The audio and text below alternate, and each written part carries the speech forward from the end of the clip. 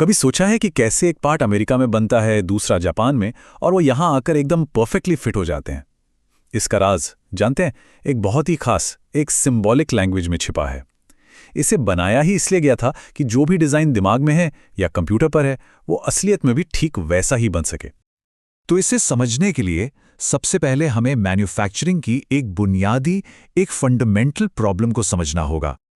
देखिए, दो दुनियाएं हैं। एक है डिजिटल दुनिया, मतलब कंप्यूटर एडेड डिज़ाइन, जिसे हम कैड कहते हैं। यहाँ सब कुछ मैथमेटिकली परफेक्ट होता है।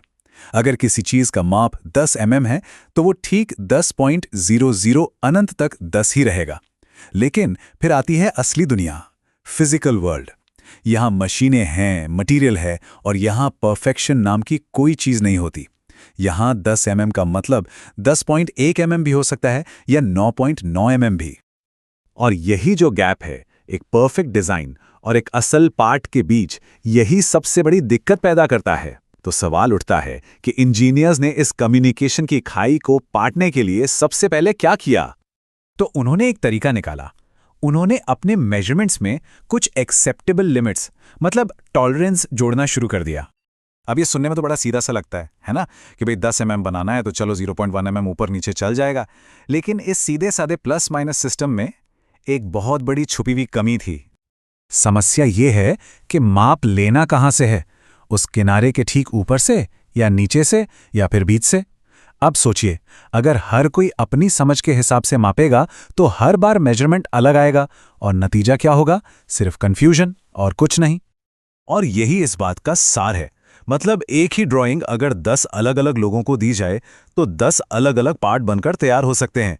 इसका सीधा मतलब है कि एक सिंपल ड्राइंग भरोसे के लायक नहीं है। उससे एक जैसा रिजल्ट बार बार नहीं मिल सकता।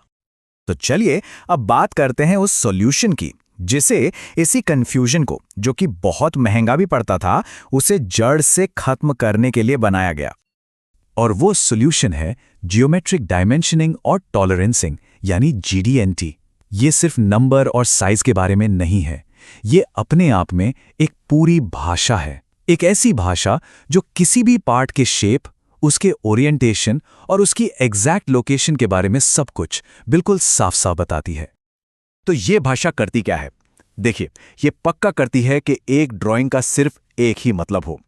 ये सिर्फ नंबर नहीं, बल्कि उस पार्ट का फंक्शन क्या है वो भी बताती है।